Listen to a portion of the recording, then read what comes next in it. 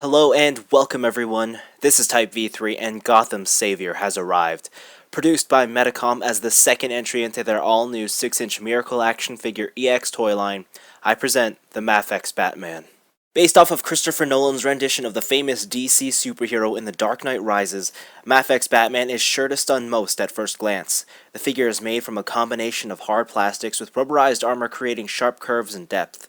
The tamper-graph surface textures came out clean and the majority of the panel lining is crisp. The gold and silver paint on the utility belt was applied with great precision, and the overall effect is appealing.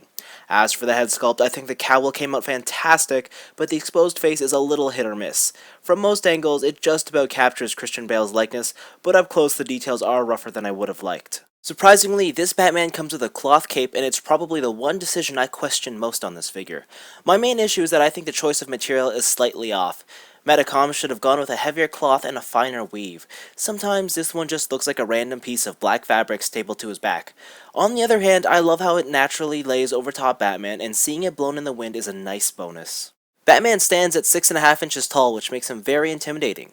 Also, despite having noticeably large joints and gapped sections, the color scheme and armor construction mask these issues. Moreover, the body's proportions are kept intact, and the figure faithfully resembles a miniaturized version of the real-life suit.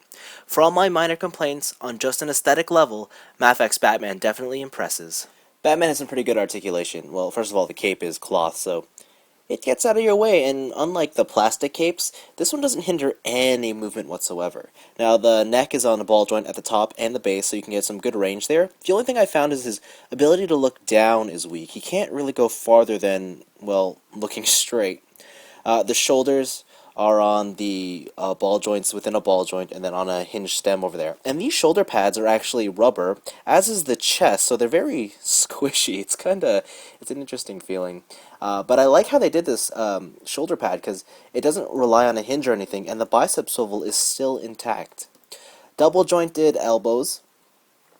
The wrists are on a hinge. So, and what I mean by that is, when you pull off the hand, most figures have a ball here at the end, but this is a straight peg stem, and that means that when you switch hands, you don't have that scare of accidentally breaking off the ball, but it does mean that the actual wrist has slightly less articulation that you can, or usable articulation, because you can only rely on the hinge over there.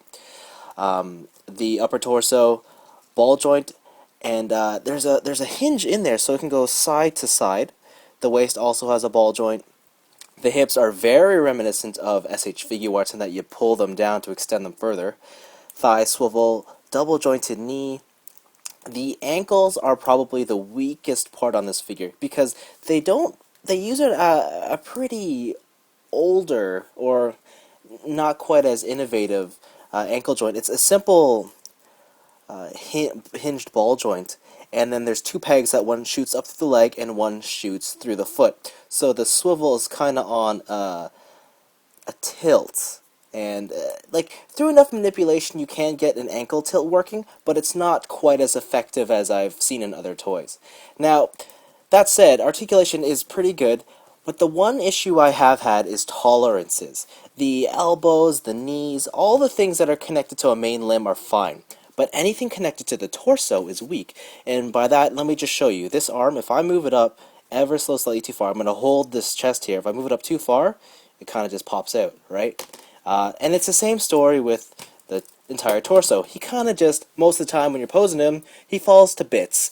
Now, it's not an issue because they all snap in rather easily, and there is the argument that, well, why don't I just tighten it up? And that's very true. But the thing is, every time you have to do modifications to a toy, that's just one more thing that I tend to look down upon, and I hate having to take out a brand new toy out of the box only to apply fixes. So just be careful about that with this figure.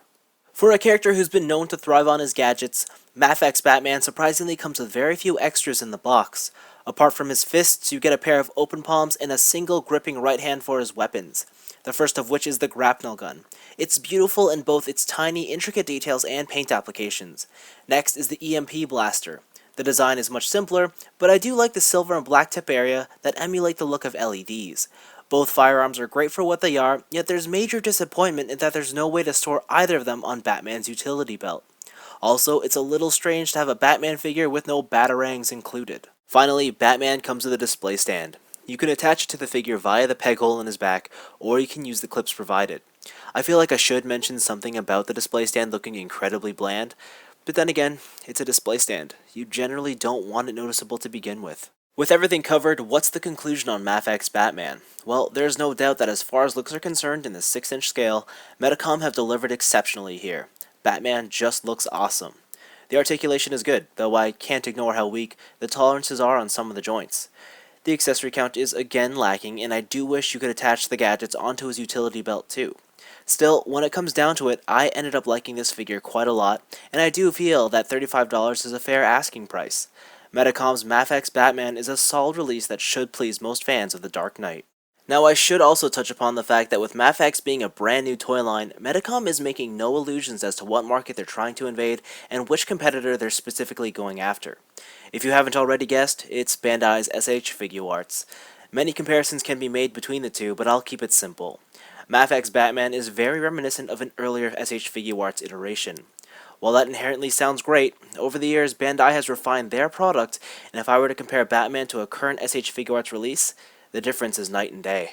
The MAFEX just doesn't hold up.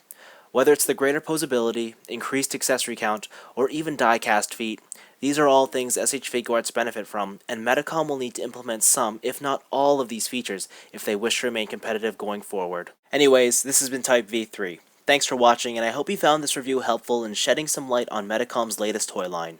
As a side note, I think Bruce Wayne's a pretty cool guy. But if I'm honest, I always found Terry McGinnis to be far beyond that.